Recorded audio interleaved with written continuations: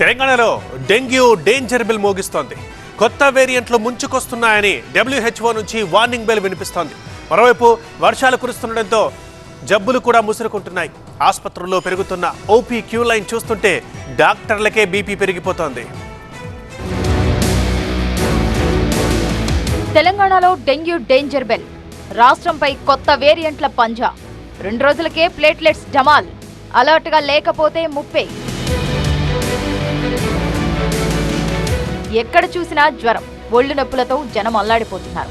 చాలా వరకు గ్రామీణులు మంచాన పడుతున్నారు. పల్లె నుంచి పట్నం వరకు ఇదే పరిస్థితి. వానాకాలం ఎంత మురిపెంగా ఉంటుందో అంతే ముప్పును తెచ్చిపెడుతోంది. ప్రస్తుతం ఉష్ణోగ్రతల్లో తేడాలు ప్రజల ఆరోగ్యంపై ప్రభావం చూపుతున్నాయి. ఇప్పటికే సీజన్ వ్యాధులు జనంపై పంజా విసురుతున్నాయి. ఈ నేపథ్యంలో ప్రపంచ ఆరోగ్య సంస్థ నుంచి తెలంగాణకు వార్నింగ్ బెల్ వినిపించింది. తెలంగాణకు డెంగ్యూ ముప్పు పొంచి ఉందని అలర్ట్ చేసింది. వాతావరణం మార్పులతో డెంగ్యూ వ్యాధి విస్తరించే అవకాశం ఉందని హెచ్చరించింది. గతంలో కంటే ఎక్కువ కేసులు నమోదయ్యే అవకాశాలున్నాయని, అందుకు అవసరమైన ముందు జాగ్రత్త చర్యలు చేపట్టాలని సూచించింది. ఈ సీజన్లో తెలంగాణలో 4 ప్రధాన వేరియంట్లైన DENV1, DENV2, DENV3, DENV4 ప్రభావం ఎక్కువగా ఉన్నట్టు WHO వెల్లడించింది.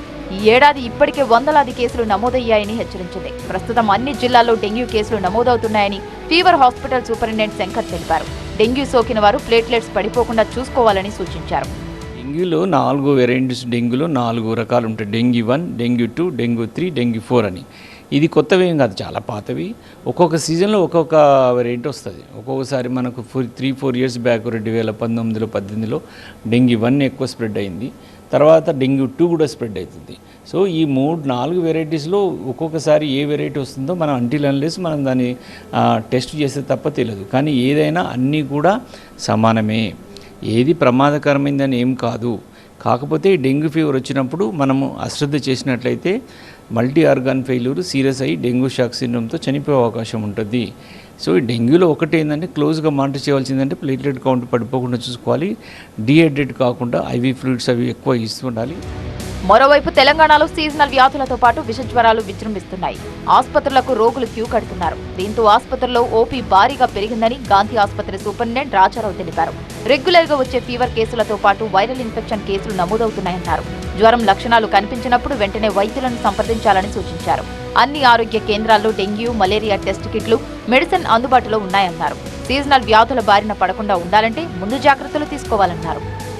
వైరల్ డిసీజెస్ ఈ సీజన్లో జూన్, జూలై, ఆగస్ట్, సెప్టెంబర్ మాసాల్లో ఎక్కువ ఉండే అవకాశం ఉంటుంది. దీంతోపాటు ఈ వర్షాలకి ఈ మస్కిటో బ్రీడింగ్ ఎక్కువైపోయి మస్కిటో రిలేటెడ్ డిసీజెస్ ఏవైతే ఉంటాయో, మలేరియా కానివ్వండి, చికెన్ గునియా కానివ్వండి, డెంగ్యూ కానివ్వండి, ఇవి కూడా కొంచెం ఎక్కువగా ఉండే అవకాశం ఉంటుంది. వీటితో పాటు ఈ వరదలకి వాటర్ కంటామినేషన్ అయ్యే ఛాన్సెస్ ఉంటుంది. కాబట్టి water born diseases like typhoid కానివ్వండి, కలరా కానివ్వండి, లేకపోతే హెపటైటిస్కి సంబంధించిన డిసీజెస్ కానీ ఎక్కువ ఉండే అవకాశం ఉంటుంది. రికవరీ అనేది చాలా ఎక్కువగా ఉంటుంది, మంచిగా ఉంటుంది. అలాగే ఇప్పుడు మనకి ఈ వరదలు వచ్చినప్పుడు ఈ వాటర్ కంటామినేషన్ కానీ ఫుడ్ కంటామినేషన్ ఎక్కువ ఉంటుంది. కాబట్టి తాజాగా ఉన్న ఫుడ్డే తీసుకోవాలి. తర్వాత మన వాటర్ని కాసి చల్లార్చిన నీరుని తీసుకోవాలి. తర్వాత బయట ఫుడ్ని సాధ్యమైనంత వరకే అవాయిడ్ చేస్తామండి. వర్షాకాలంలో ముఖ్యంగా మలేరియా, చికెన్ గున్యా, డెంగీ వంటి విష జ్వరాలు వచ్చే అవకాశం ఉందని, వీటి నుంచి రక్షించుకోవాలంటే ఇంటి పరిసరాలను శుభ్రంగా ఉంచుకోవాలని వైద్యులు సూచించారు. మామూలు జ్వరమే కదా, ఇబ్బంది ఏమీ లేదు అనుకుంటే సమస్యలు ఎదురవుతాయని వైద్యులు చెబుతున్నారు. చిన్నపాటి ఇబ్బంది వచ్చినా వెంటనే డాక్టర్లను సంప్రదించాలని సూచిస్తున్నారు. కలుషితమైన నీటిని తాగడం, పరిసర ప్రాంతాలు శుభ్రంగా లేకపోవడంతో ఇబ్బందులు వస్తాయని హెచ్చరిస్తున్నారు వైద్యులు. So be alert.